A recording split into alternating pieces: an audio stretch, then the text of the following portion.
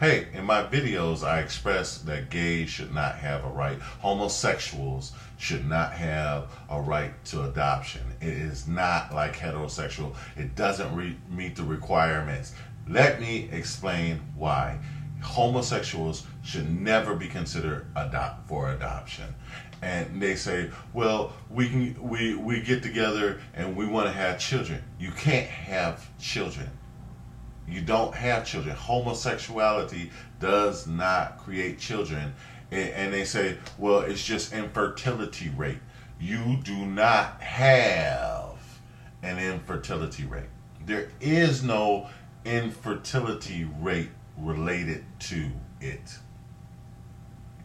You have to have a fertility rate to have an infertility rate. You have no fertility rate, therefore you have no infertility rate. It is a lie. They said in the Bible that the snake is the most cunning of all. It's literally it's like they do the Jedi mind trick. Homosexuality can get pregnant. Homosexuality can get you married. You remember that little creature in Star Wars, and he's saying, "You'll take me to your leader."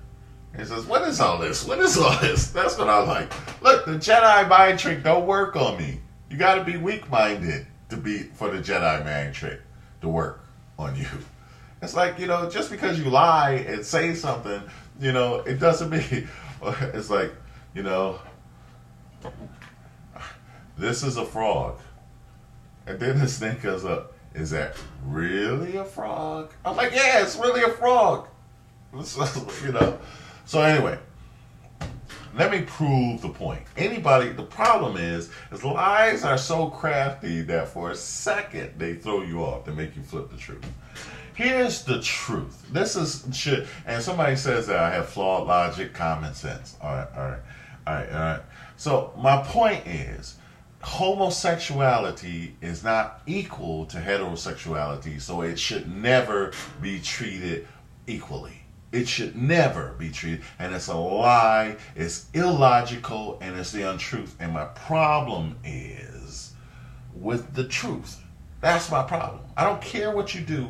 My problem is you calling me stupid. And people are not stupid for the most part. Okay? Here's the truth. You have to have an infertility rate to have a fertility. You have to have a fertility rate to have an infertility rate. Okay? Look, just because something doesn't get pregnant doesn't make it infertile. It ain't supposed to get pregnant.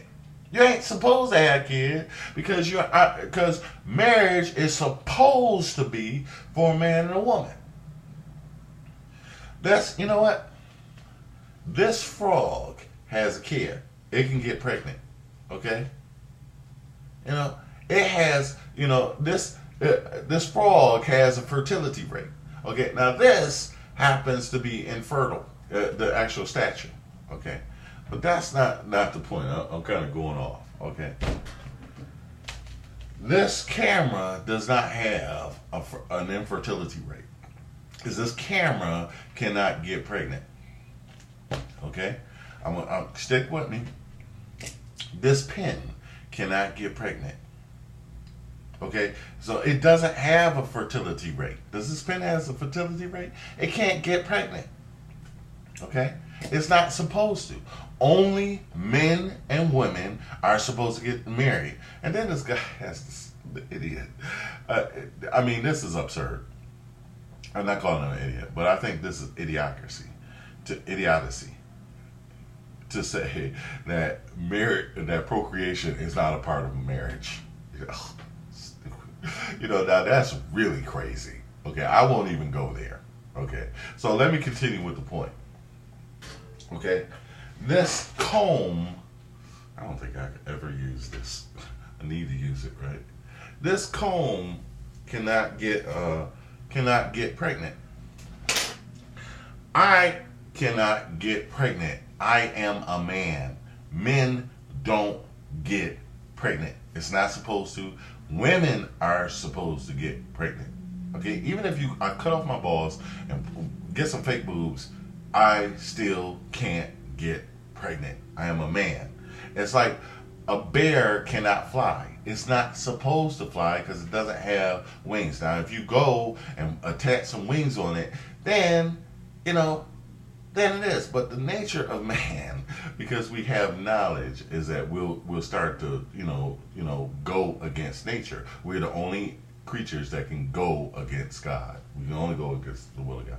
Okay, here's the final point. To say that that homosexuality has a fertility rate or infertility rate is the same as me saying masturbation can get you pregnant. That's the same kind of crazy ass lie. What are you doing? I'm trying to get pregnant. If masturbation is a form of sex, it feels good, it is a form of sex, but I could never get pregnant by it. If I could get pregnant by masturbation, I would have a tribe already. I'd have me about 10, 15, no, man, I would have a small state right now. I would have me a darn planet of population growth if that's the case.